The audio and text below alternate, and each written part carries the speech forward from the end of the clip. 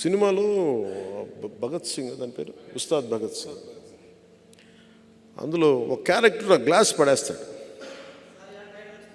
ఈరోజు వచ్చింది కదా, గాజు గ్లాసు పడి ముక్కలు అయిపోద్ది.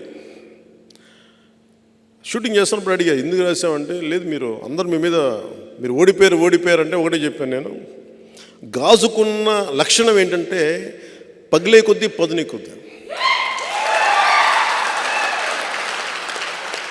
నాకు బేసిక్గా సినిమాలు ఇలాంటి డైలాగ్ చెప్పడం నాకు ఇష్టం ఉండదు. బట్ మా హరీష్ శంకర్ బాధపడలేక చెప్పాను, మీకు తెలియదండి, మేము లాంటి వాళ్ళందరూ మేము కోరుకుంటాం, మీరు తగ్గితే మాకు ఇష్టం ఉండదు. సో మా వాడి మా హరీష్ శంకర్ బాధ భరించలేక నేను మాట్లాడాను. ఎందుకు చెప్తున్నానంటే, అనుభవం కానిదే నేను ఎందుకు నలిగి ఈ రోజున ఎందుకు ఇంత బలంగా అడుగుతున్నాను ఓట్లు అంటే, ఒక దశాబ్దం అధికారం లేకుండా ఓడిపోయి పార్టీ నడిపిన వాడిని చిన్నపాటి విజయం, ఒక 21 సీట్లు, 2 ఎంపీలు కనుక మనం కొట్టి చూపించామంటే భారతదేశం ఆంధ్ర వైపు చూసేలా చేస్తాను.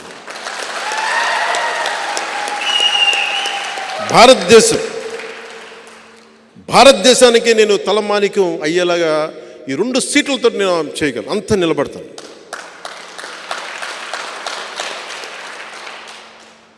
ఈ రోజున మనం లేకపోతే ఈ పొత్తు కూడా ఉండలేని పరిస్థితి. అంత కన్విన్స్ చేశాను జాతీయ స్థాయి నాయకులందరినీ, అంత నిలబడ్డాను, మాట్లాడాను, 2 చేతులైతే నమస్కారం పెట్టి పరిస్థితులు వివరించాను. ఎమ్మెల్యే ఓడిపోయాను, అది కూడా చెప్తున్నాను మీకు. ఓడిపోయి కూడా నాకు ఇష్టం నా నేల, మన బిడ్డని, మన నేల తల్లిని మనం కాపాడుకోకపోతే ఎవరు కాపాడుకుంటారు?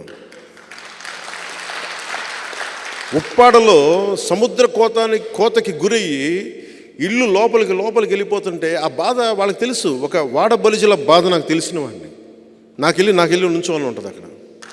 కానీ నాకు అధికారం ఉంటే నేను ఏదైనా చేయగలను, లేదంటే నేను వ్యక్తిగతంగా ఏదో కొద్ది గొప్ప చేయగలను, సరిపోదు. అది ఒక పాలసీ రావాలి అక్కడికి. అందుకని వీటన్నిటిని దృష్టిలో పెట్టుకొని, మిథున్ రెడ్డి గారు డబ్బులు ఇస్తారు, వాళ్ళ దగ్గర డబ్బులు ఎక్కువ ఉన్నాయి, ఇసుకంతా మనది ఇసుక దోచేశారు. జగన్ రెడ్డి గారికి ఇంకా అంతులేదైన వ్యాపారాలకి ఆయన డబ్బులకి, అన్నీ అర్థం చేసుకోగలను. నిజమైన అభివృద్ధి నేను అనేది గుడ్డిగా కూడా ఓటు వేయకండి అంటున్నాను. మీరు అన్నీ ఆలోచించుకోండి, ప్రజలకు తెలియచేయండి. నేను ఎవరిని దెబ్బతీయడానికైతే నేను రావట్లా, నిలబడటానికి వస్తున్నాను. ఆ క్రమంలో నన్ను శత్రువుగా పరిగణిస్తే ఇంకా నా తప్పక యుద్ధం చేయటమే నాకు, అంతే. కానీ యుద్ధం చేశానంటే మటుకు వెనకెళ్ళను, సొంత రక్తం అని కూడా ఎదురు చూడను, అంత ఎదురు వచ్చేస్తాను.